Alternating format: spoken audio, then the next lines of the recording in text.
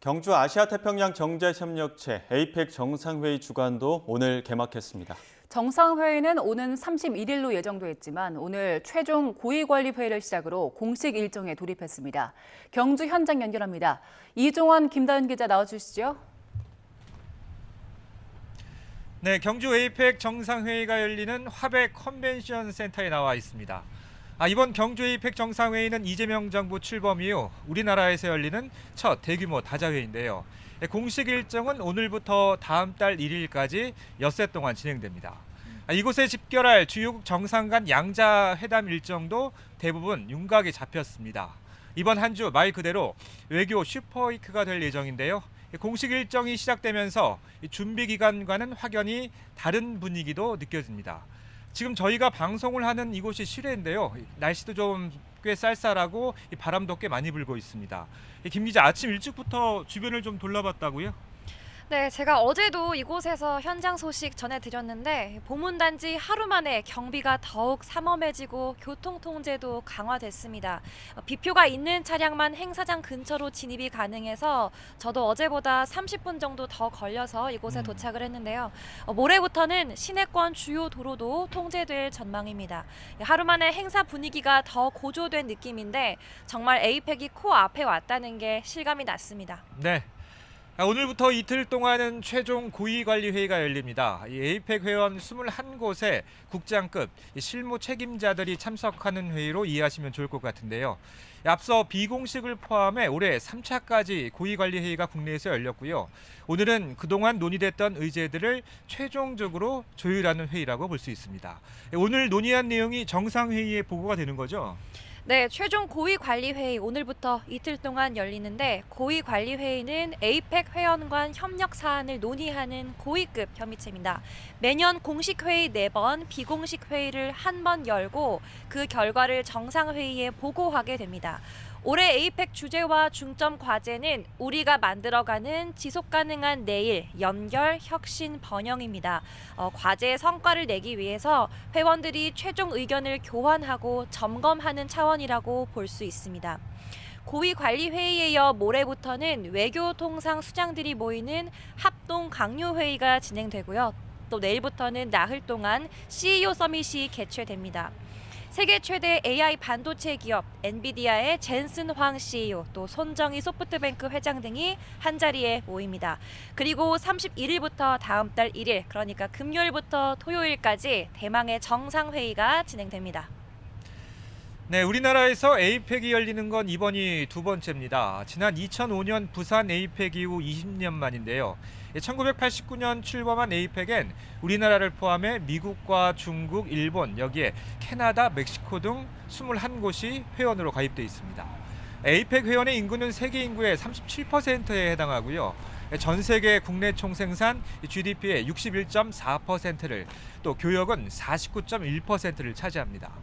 김 기자, 에이펙과 우리나라의 관계도 좀 특별하다고 봐야 되겠죠? 네, 저도 수치를 준비해봤습니다. 2024년 기준 국내 무역에서 에이펙이 차지하는 비중은 수출이 76.3%, 수입이 68.2%에 달합니다. 우리가 수출해서 번 돈의 4분의 3이 에이펙 국가들에서 나온다고 볼 수 있습니다. 또 우리 10대 교역 상대 가운데 8곳이 에이펙 회원인데요. 중국, 미국, 베트남, 일본, 타이완, 호주, 홍콩, 싱가포르 등입니다. 국내에 유입된 외국인 직접 투자 중 에이펙 회원의 비중은 63.8%입니다. 한국의 해외 직접 투자 중 에이펙 회원으로 유입된 비율은 51.6%입니다. 우리나라가 에이펙 회원들과 일자리, 물가, 또 투자 측면에서 서로 영향을 많이 주고받는다는 의미입니다. 네, 역대 에이펙 정상회의에서는 이 자유무역 체제의 중요성을 강조하고 지지하는 공동 성명이 발표되어 왔습니다. 올해도 개최 지역 이름을 따서 경주 선언이 채택될 것으로 예상되는데요. 다만 트럼프 미 행정부발 관세 전쟁 국면에서 열리는 점은 큰 변수입니다. 당장 트럼프 대통령은 에이펙 정상회의에는 참석하지 않게 되는데, 에이펙이 경제협력체인데 그 취지가 좀 퇴색할 수도 있을 것 같아요. 네, 맞습니다. 트럼프 대통령은 오는 29일부터 1박 2일 동안 한국에 머무른데 오는 31일부터 열리는 에이펙 본행사인 정상회의에 불참한다는 뜻입니다. 자연스레 에이펙 차원의 선언이 퇴색될 수 있다는 우려 나오는데요. 역대 에이펙에서는 자유무역 체제의 중요성을 강조하고 지지하는 공동성명이 발표돼 왔습니다. 지난해 페루 정상회의 때도 세계무역기구 즉 WTO를 핵심으로 하는 다자간 무역의 중요성을 강조하는 내용의 골든게이트 선언이 채택됐습니다. 그런데 올해는 이렇게 자유무역 질서의 중요성을 강조하는 수위가 후퇴할 수 있다는 우려가 나옵니다. 트럼프 대통령이 미국 중심의 관세 정책으로 세계 경제 판도를 뒤흔들며 보호무역주의를 밀어붙이고 있기 때문인데요. 실제 지난 5월에 열린 통상장관회의에서도 이런 기류가 확인됐습니다. 정상회의 공동성명은 회원국 모두가 합의해야 발표되는데 일단 우리는 의장국으로서 경주선언이라는 성과를 내놓겠다는 의지가 확고합니다. 이번 선언에서 다자무역 정신을 얼마나 확인할 수 있을지 주목되고 있습니다. 네, 행사 주간 메인 행사라고 할 수 있는 에이펙 회원들의 정상회의는 오는 31일과 다음 달 1일 이틀 일정으로 진행됩니다. 트럼프 대통령과 시진핑 국가주석의 방한을 계기로 이뤄지는 미중 정상회담은 그 이전인 30일로 예정되어 있는데요. 이 때문에 세계의 단판이 될 수 있는 이번 미중 정상회담 결과가 에이펙 논의에도 영향을 줄 수 있다는 분석도 나오고 있습니다. 미중 정상회담 그 자체만으로도 우리 경제나 안보에 큰 영향이 불가피하지만 우리로서는 에이펙 의장국으로서도 좀 신경이 쓰일 수밖에 없을 것 같아요. 네, 그렇습니다. 미국과 중국, 또 양국 정상이 각국의 수도가 아니라 제3의 장소에서 대면하게 되는 상황인데 우리가 의장국으로서 양국의 단판의 장을 마련해 주면서 또 양국 사이를 조정하는 역할을 하게 됐습니다. 에이펙은 무역을 위한 경제협력체이다 보니까 양국이 대립하면 다른 회원국들도 경제나 통상 측면에서 악영향을 받을 수밖에 없습니다. 일단 양국은 희토류 수출 통제와 추가 관세 부과를 다 유예하는 방안으로 잠정 합의했다고 합니다. 위성락 국가안보실장도 방송에 출연해서 미중 정상회담이 잘 되면 그 후에 열리는 에이펙 여러 회의에 긍정적인 영향을 줄 수 있다라고 말하면서 논의 진전에 대한 바람을 드러냈는데요. 사흘 앞으로 다가온 정상 간 만남에서 어떤 결론이 도출될지 주목됩니다. 네, 이재명 대통령은 에이펙을 계기로 경주를 찾는 주요국 정상들과 잇따라 양자 회담에 나섭니다. 트럼프 미국 대통령은 오는 29일 모레 만나고요. 11년 만에 한국을 찾는 시진핑 국가주석과의 한중 정상회담은 다음 달 1일로 예정돼 있습니다. 최근 취임한 다가이치 일본 총리와도 첫 회담을 하게 되는데요. 말 그대로 정상외교 슈퍼이 큰 셈인데 지금까지 확정된 일정을 좀 정리해보죠. 네, 먼저 이틀 앞으로 다가온 한미 회담부터 보겠습니다. 미국과는 3,500억 달러 규모의 대미 투자 협상이 여전히 쟁점입니다. 트럼프 대통령은 한국이 준비돼 있으면 나도 준비돼 있다라는 입장을 밝혔습니다. 반면 이재명 대통령은 외신 인터뷰에서 투자 방식과 규모, 일정, 그리고 손실 분담, 이익 배분 방식 등이 여전히 쟁점이라고 말했습니다. 논의 상황을 교착 상태로 표현한 만큼 사실상 양국이 이견을 좁히기 쉽지 않아 보입니다. 한일 회담은 아직 일정이 조율 중입니다. 다카이치 총리는 강경 보수 성향으로 분류되는 만큼 우리와의 관계 설정이 핵심인데요. 이번에 첫 회담이니만큼 친밀감을 우선 쌓고 또 양국이 수시로 왕래하는 셔틀 외교를 유지하자는 공감대를 형성하는 데 방점이 찍힐 전망입니다.